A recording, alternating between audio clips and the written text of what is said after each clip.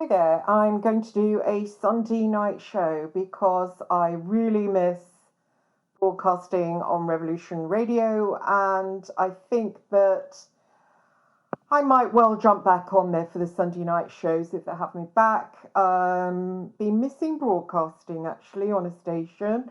It's strange doing podcasts. It's okay if you're famous or something, but not okay if you're not. So I just commented under Brian Harvey's live stream just now. Got a little bit of a slap, got my nose slapped like a puppy from Nikki. Hi, Nikki. Great looks.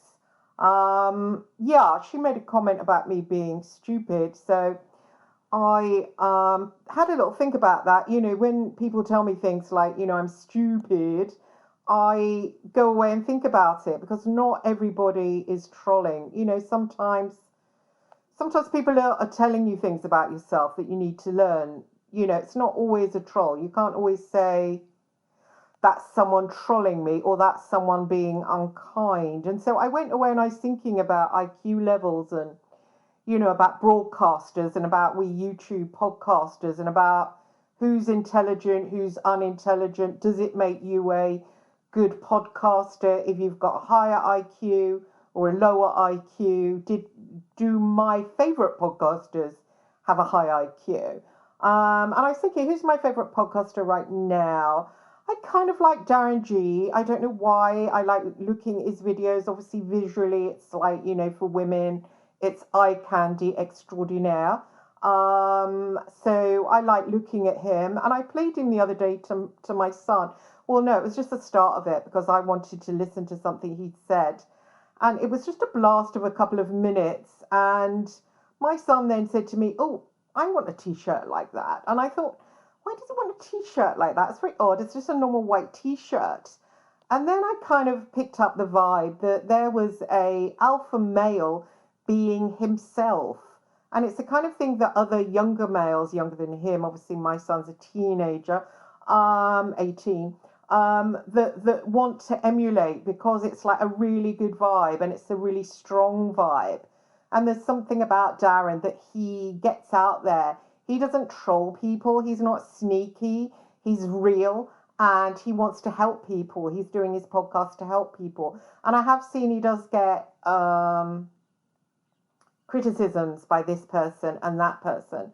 But really, I don't think they've got anything much to say. They kind of just say, oh, he's being weird. But I don't think he's being weird. I just think he's being completely authentically himself. And because he's had a really unusual life, then it comes out as not, socially trained like the rest of us. So that's just my opinion on him. Looking over at Brian Harvey, looking at his arrest, that was really shocking. The bit where he nearly threw himself out the window. I think my heart stopped beating. It took me ages to get over. And his subsequent really sad arrest. And then everybody found out who it was that had complained about him. I thought that was a bit strange because it's not, is it really fair on a victim, whoever they might be, to kind of publicize them? And then, he thought it was Daniela and said it was Daniela, and that's not really fair on her. And, I spoke to Daniela about it, and she's actually not bothered. And she believes that anyway, I won't say what she said, it's private. But yeah, and Brian, who I'd spoke to for a long time, for over a year, and who had been supportive of me, really supportive actually, in different things that I'd shared with him. I had listened to him going off at steam about this and that, and just took it. Sometimes people don't like to hear that amount of anger. I don't mind because I've hung out with hard men all my life, so I don't mind hearing that kind of thing. What I do think, though, is right now he's being misinformed by those around him by doing live shows about the arrest. Because if there's a court case coming up, and I gather there is, then it's kind of silly to get online and to talk about it, because then you bring up the victim, and then the victim will feel even more scared about it. Now, I don't think Brian quite realizes his impact. And I've experienced this with a woman in America who has made loads and loads of videos about me and says that I murdered Max Spears. Yes, even though I was in England when he died, he was in Poland, I was in England, I somehow murdered him. And her reasons for saying this is that when he was on my radio show, he came on 5 or 6 times, and we were personal friends as well. He a really, really, really nice man. We would do 2 hours of chat together, and then he would hang around afterwards to talk to me. And then sometimes, even if he got cut off, the show was over. And usually, you know, in cases like that, people are tired after 2 hours, and you get a text, oh, damn, got cut off, see you soon, love, love, and all that. He wouldn't do that. He would try really hard to get back in contact with me and say, are you okay? I want to talk about how you are, what problems you've got. And I had someone trolling me back at that point, and he said, you know, I'll take care of him, blah, de, blah. And, you know, he was a really, really kind man. When he died, when he was murdered out in Poland, I was really shocked. I was upset. I was hurt. It was a massive loss. I cried on air a few times. Few people took the piss out of that. You know, I don't know why. It's a normal reaction to cry if your friend dies. And, you know, I had little arguments with his ex-girlfriend, rather stupid arguments. We are now speaking and friends. And, you know, it's difficult when you see somebody doing that. You know, what is your reaction? You know, it's hard. And I know this is going back to Brian. He talks about this person and that person and the other person. And what happens, like in the way of the American lady talking about me, the person that they're talking about gets a little bit upset. And I find that people that I respect don't name names. You know, they don't name names unless they're calling somebody out. For instance, going back to Darren G, if he wants, you know, to fight with somebody or talk with somebody, that's all very open. He will announce that. But, you know, in some cases, such as the American woman, she will say, my life's in shit, my life's in shit. I'm in a little trailer tran, and it's all Christine at Joanna Hart. It's not my middle name, but people always use it. I used that when I was getting over my child sexual abuse, and I wanted to not be me. And Christine Hart isn't my name, it's my adoptive name. My real name is Tracy Sweeney. And I put the Joanna in because I respected Joanna Lumley. But when people are attacking me, they always say it, Joanna, Christine Joanna Hart. And it's like, but that's not me, dude. Stop doing it. Okay. And, okay, so she's doing that. Christine Joanna Hart, it's her fault I'm in this trailer.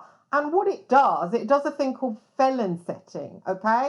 And I noticed Brian does this over this one and that one. He says, but I'm not, you know, saying anyone to go and get them. But no, what you do is you kind of evoke something in the listener, yeah? So, excuse me. So the American one will be saying, oh, I'm here, I'm really suffering. And it was Christine Joanna Lumley Hart, you know, and then it gets her listeners to come and get me. You know, it's usually online, which doesn't really bother me that much, because to really troll somebody, you're actually doing them a favor, because it's almost like free primal therapy. The other person comes up to you and says, blah, de, blah, de, blah, blah, de, blah, de, blah. And then you think about, is that right? Am I actually fat? Maybe I should go jogging. So actually trolls are doing you a favor by pointing out your shortcomings. If it hurts you, it means it's true. So you've got to kind of think about that. For instance, Nikki just calling me stupid. I am stupid, sweetheart. I am. Sometimes I act like a total arse. And when Brian mentioned me the other week, what did I do? I felt afraid. I thought, hang on, does this mean I have a load of people going to come and want to punch me in the kahuna? I thought I'd best get fit. And then I was talking to a friend of mine who said, well, hang on, what did he actually say? And I said, well, it wasn't that bad. But he said I was an enemy of his. And he went, well, that doesn't matter. Maybe he thinks because you spoke to Danny or speaking to Danny, you're his enemy. It's okay. And I said, but it made me think that I was going to get all his fans, like, hoard at my door. Nobody knows where I live, but I still thought that. You see, so it sets up a kind of a psychological reaction that perhaps it is idiotic, but it does work on the person that is being spoken about. It works on them. It works with this other woman doing it to me. I'm like, am I going to get Max Spears fans come and hate me? It's a psychological thing of it. And it's interesting because it does hit back to if you're feeling that, it's usually about childhood, and the person feeling it is sometimes going back to incidents in their childhood when they were little and when they were told off for something they didn't do, because it's invariably something you didn't do. I don't mind being called out for things I'm guilty of, but not things I didn't do. I don't agree with Daniela Westbrook, saying to the newspapers that her ex is on drugs. He's not, and mentally ill. He's not. I don't believe with that action. I just don't agree with it. It's wrong. I'm not very good friends with her. I have a slight interaction now since we met on Twitter, but that was just recently. So I'm not in a position of power over her that I can tell her what not to do. But she's not bothered by things Brian does. It doesn't upset her, but things that he did they do upset me, and I did think I'm going to have to fight. And I went and I was doing Rocky Balboa in the thing. I thought I'm going to have loads of these. I'm going to, rock bundle like after school, because it is really juvenile when you think about it, and it is. And I thought, is this bundle in the playground where I get loads of people running towards me, bundle, and I'm like, fight, and my fists are clenched, like, yeah, head down, and you run into the crowd. And I was speaking to a friend of mine, Tim, and he said, what has he actually done to you? And I put my video out there, my Rambo video, and somebody said, what's he done to you, though? And I thought, you're trolling me. And then I thought about it, and I thought, actually, he's not done it. He merely mentioned that I'm not his friend anymore. But it made me start to think in a paranoid way, does that mean a kick-in? Which if you grow up in a working class area, sometimes it does. See, people that are making these videos, they need to think of the psychological effect it might have on other people hearing it, especially if they have a lot of listeners. But sometimes, the woman in America, she hasn't got that many listeners, but still, she's talking about a man that's very, very loved, and to sort of start saying that I murdered him, it does have an effect on other people. And it's just this psychological thing. And you do have to, sometimes old feelings stuck inside yourself, they do make an idiot of you. For instance, I spoke to a friend of mine about it, Tim, and he said, well, he hasn't done anything to you, just forget, just move on, old friend, gone. And I said, I feel really bad inside, like masses of anger. And he said to me, why exactly? And I said, it's reminding me of my brother. My brother walked around our home. He told on things that I didn't do. He wasn't like the other boys. He wasn't a Darren G type of boy. I always liked the boys at the end of the road who climbed the lampposts and had punch-ups. My brother wasn't like that. I didn't ever see him fight. He wasn't someone who fought. He didn't offer out other men. And I wanted a brother like the other boys. And my brother bullied me relentlessly, and it was like a psychological torture as well. He would always say, "Oh, I'm going to make your life a misery," and it was already a misery. I wasn't wanted in that adoptive home. I was sexually abused by my father. My mother used the cane on me. My life was already a misery. Wasn't great with other people. I had terrible memories. Eventually, they put me back in care. But he used to say that, and I haven't really gotten over. What my brother did, and yeah, not at all. And I do find myself sometimes drawn to men that are mean to women. In my life, my exes are sometimes misogynist because I'm used to that energy. I'm used to be treated badly. I did make some healing oil about it called "He's Hurt You Again," and it did help me to keep away from my ex and to get confidence, to get self-love, to get self-belief. But I was definitely triggered the other week by that public display of declaring me as an enemy and sort of ringing me in with loads of people that, have got together to make this person's life unpleasant, even though actually if you look at this person, their life's pretty happy, surrounded by beautiful women, big audience, not bad looking, even though they called me ugly, I can say he's not bad looking. And be happy. And it's horrible to get arrested, it's horrible to have a court date coming, but the best thing to do is not speak about it. The best thing to do is probably not say, oh, this one, that one, this one, that one, this one, that one. Just let that go, because that's evidence against you for being somebody that talks like that. It's best just let it go and to say, yeah, this person might have brought a camera to make me film something, make me look bad. Well, isn't that what people do sometimes if they're jealous of people? Women do it to each other all the time. And what you've got to do as well, just let that go. Say, yeah, that person did that. Everybody knows about it now. Just let that go and let everything go and think, right, what do I want out of life? What is it that I really want? And to start working positively towards what you want. There's a lot of people now being truthers and stuff, and that's a good way to go. That's a good thing, to look at current events, to look at the Bristol riots and question what's going on there. Is the new bill a good thing or a bad thing? And to forget about personal stories, our personal stories, and to concentrate on other things, even just for a little while, to see how it feels. Because sometimes if you just go round and round and round and round the same thing, you can drive yourself crazy and you can start feeling bad, and that's not a good thing. And sometimes it's best just to go out in the back garden and put your feet and soles on the grass and get some sanity.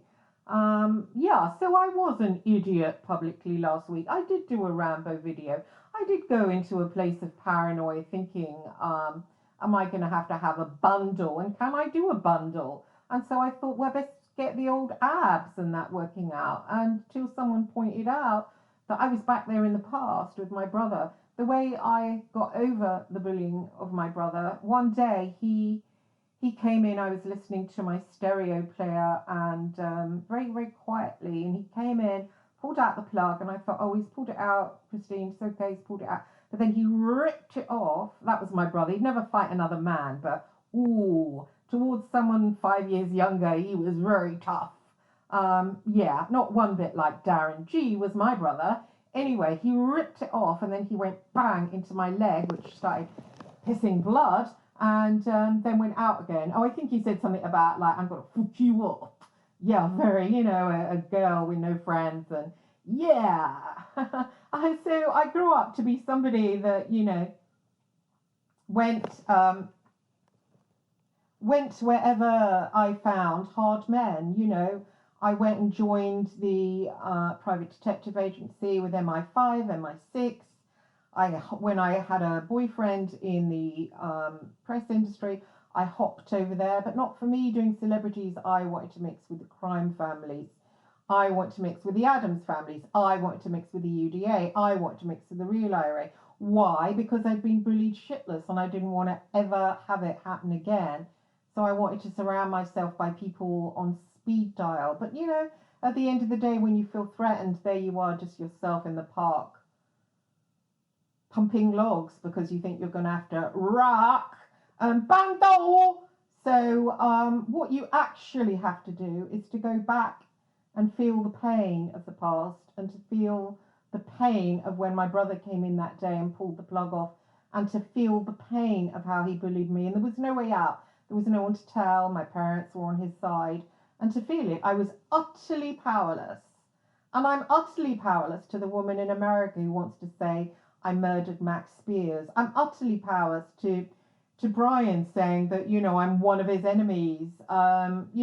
Utterly powerless. And you just got to leave it in the hands of God and to say, God, okay, if you want somebody to come in and to rip off the plug and stab it into my leg, I'm just going to have to take it. And I suffered then, and I'll probably suffer now, but at the end of the day, God's watching us. God's watching what we do. God's watching whether we're real or unreal or honest or not honest. For my part, I'm going to try and feel the pain of my brother, so I'm not triggered so much when people say things that might not mean much, or maybe they mean a lot. Who's to know? But you know what? I want to be in a sane place of mind and not an idiot, so I can discern between which is which, between what is reality and what is what is one's own fear of other people and fear of actually something in the past that you haven't actually felt. So anyway, I just hopped on quickly to do a fast blast, and I'll be back on I'll be back on Revolution Radio next week, broadcasting across America, and I hope you'll all join me. Take care, everybody. Good night.